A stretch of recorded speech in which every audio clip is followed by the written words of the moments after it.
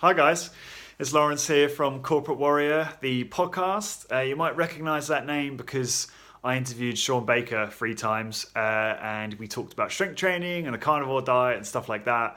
And Sean was kind enough to invite me to submit an exercise protocol to the group to nequalsmany.com that you guys can try out and then experiment with and track your progress. So I'm very privileged to be able to do that, and I'm sorry, Sean, it's taken me so long to finally send this to you.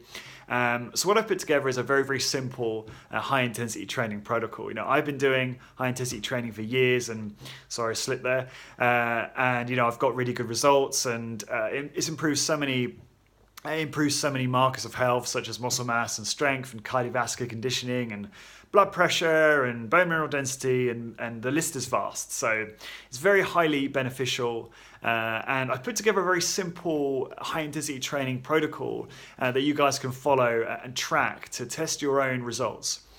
So the basic workout is going to be a chin-up, or an assisted chin. If you can't do a chin-up, you can do an assisted chin-up on an assisted chin-up machine. But you will obviously need access to one of those and potentially a gym membership to do that. A push-up or a chest press, wall sit, and bodyweight squat. All of the demonstrations to these exercises will be provided in videos, in links to videos in the description to this video, but also in the blog post itself on nequalsmany.com. So those are the 4 exercises. I'm just keeping it really simple. Don't want to overcomplicate it. The protocol for the workout is to perform each exercise with a smooth and slow cadence to momentary muscular failure, which basically means that you're going to perform the exercise until you can't perform it no more, and you maybe push a little hard at that point of failure to try and kind of push through it. But you're going to get to a point during these exercises where you just can't move the weight or move your body anymore. And at that point, you'll want to slowly return to the starting position. And that's kind of what we're trying to achieve. We're trying to really get to failure, or as close to muscular failure as possible. If you decide to use the assisted chin-up machine or chest press, you will need to know how to set the resistance to the right level, because if you use a load that's too low, you'll be training forever or for a long period of time, and that's going to be pretty horrible, because this is pretty intense stuff, and you kind of want a smaller workout exercise duration to make it a little bit more sufferable. So what I've done is I've put a written tutorial in this video description, but it will also be on the blog post as well to help you identify the resistance you need to use if you're doing those 2 exercises. But in essence, hopefully you can just do chin up, push up, wall sit, and bodyweight squat. And to keep it really simple in terms of tracking progress, I've suggested that you track overall body weight, waist circumference, and number of repetitions, so performance. You can do that in the Trackwell app that Matt's provided, which is excellent for reporting all this data.